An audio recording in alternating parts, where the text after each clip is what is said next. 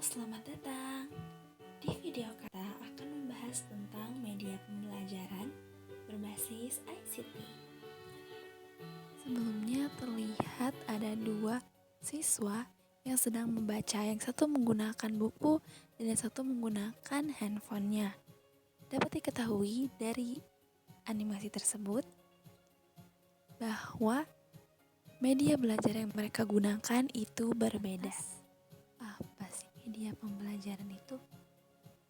Media pembelajaran menurut Arif Sadiman merupakan perantara atau pengantar pesan dari pengirim ke penerima pesan.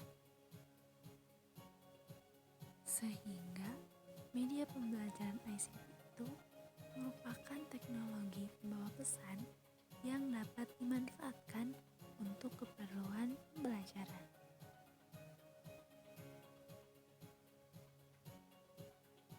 Ya, seperti dua siswa ini, yang satu belajar menggunakan media berupa buku dan satu siswa lainnya belajar menggunakan media handphone. Lantas, apa saja ya karakteristik yang dapat dijadikan sebagai media pembelajaran?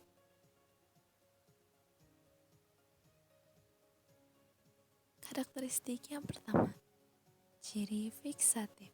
Fiksatif ini menggambarkan kemampuan media untuk merekam, menyimpan, melestarikan, dan mengkonstruksi suatu peristiwa atau sebuah objek.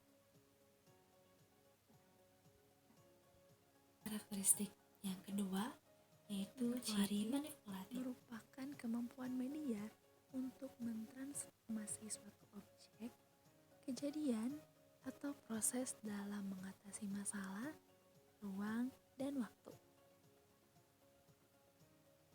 Yang ketiga yaitu ciri distributif. Ini merupakan kemampuan media dalam mentransformasikan objek atau suatu kejadian melalui ruang secara bersamaan dan disajikan kepada sejumlah besar siswa yang ada di berbagai tempat. Contohnya seperti penggunaan Zoom. Nah, selanjutnya apa sih manfaat dari penggunaan media pembelajaran itu sendiri?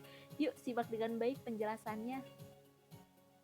Manfaat yang pertama yaitu memperjelas penyajian suatu pesan agar tidak terlalu bersifat verbalistis. Manfaat yang kedua yaitu mengatasi keterbatasan ruang, waktu, dan daya indera. Misal, objek yang kecil dibantu dengan proyektor mikro. Manfaat yang ketiga, menimbulkan gairah belajar dan memungkinkan interaksi langsung antara siswa dengan lingkungan dan kenyataan, sehingga siswa belajar sendiri menurut minat dan kemampuannya dan tidak bersikap pasif saat belajar. Yang terakhir, memberikan perangsang, pengalaman, dan persepsi yang sama bagi peserta didik. Adapun kelebihan penggunaan media pembelajaran menurut Gerlach dan Eli. Penggunaan media dalam pembelajaran memiliki 3 kelebihan. Yang pertama, kemampuan fiksiatif, di mana media pembelajaran dapat menangkap, menyimpan, dan menampilkan kembali suatu objek atau kejadian. Yang kedua, kemampuan manipulatif. Media dapat menampilkan kembali objek atau kejadian dengan berbagai macam perubahan sesuai keperluan, diubah ukurannya, kecepatannya, warnanya, serta dapat diulang-ulang penyajiannya. Yang ketiga, kemampuan distributif. Media mampu menjangkau audiens yang besar jumlahnya dalam satu kali penyajian secara serempak, misalnya siaran TV atau radio. Lalu, apa saja macam-macam media pembelajaran? Jadi, media pembelajaran diklasifikasikan mengikuti cara penyampaian pesannya. Yang pertama yaitu media audio. Media ini menyalurkan pesan audio dari sumber pesan ke penerima pesan.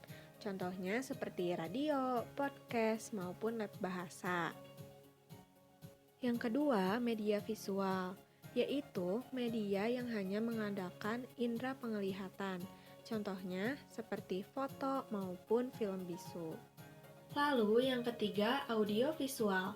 Media ini mampu menampilkan suara dan gambar, contohnya seperti video, TV, ataupun film. Nah, yang terakhir yaitu serbaneka. Media ini disesuaikan dengan potensi di masyarakat dan dimanfaatkan sebagai media. Contohnya seperti pembelajaran jarak jauh, relief, maupun hewan. Mungkin kalian juga bertanya, apa saja sih kedudukan media di dalam pembelajaran? Jadi, terdapat 4 kedudukan media pembelajaran. Yang pertama, sebagai alat bantu. Media pembelajaran dapat membantu dalam menjelaskan dan mengilustrasikan konsep-konsep yang kompleks. Contohnya, ketika guru menggunakan gambar untuk memvisualisasikan materi yang sedang diajarnya, sehingga dapat membantu siswa untuk memahami materi konsep tersebut. Yang kedua, sebagai alat penyalur pesan. Ini dapat membantu mentransfer informasi dari guru kepada siswa. Misalnya, ketika seorang guru menggunakan presentasi PowerPoint untuk menjelaskan materi yang disajikan melalui proyektor. Lalu, media pembelajaran juga memiliki peran sebagai alat penguat dengan cara menyajikan informasi melalui berbagai bentuk yang dapat membuat materi lebih mudah diingat oleh peserta didik. Nah, yang tak kalah pentingnya, media pembelajaran dapat menjadi wakil guru. Media mampu menjelaskan konsep dengan cara yang menarik dan mengundang minat siswa. Contohnya, ketika siswa belajar dengan menonton video pembelajaran yang menarik tentunya. Pembahasan selanjutnya yaitu mengenai fungsi-fungsi media pembelajaran. Fungsi yang pertama yaitu fungsi atensi. Fungsi atensi memiliki fungsi untuk menarik dan mengarahkan perhatian siswa agar berkonsentrasi kepada isi pelajaran. Fungsi yang kedua yaitu fungsi afektif. Fungsi afektif ini dapat dilihat dari tingkat kenikmatan siswa ketika belajar atau membaca teks yang bergambar. Selanjutnya yaitu fungsi kompensatoris. Fungsi kompensatoris ini membantu siswa yang lemah dalam membaca untuk mengorganisasikan informasi dalam teks dan mengingatnya kembali. Dan untuk fungsi yang terakhir atau fungsi keempat, yaitu ada fungsi kognitif.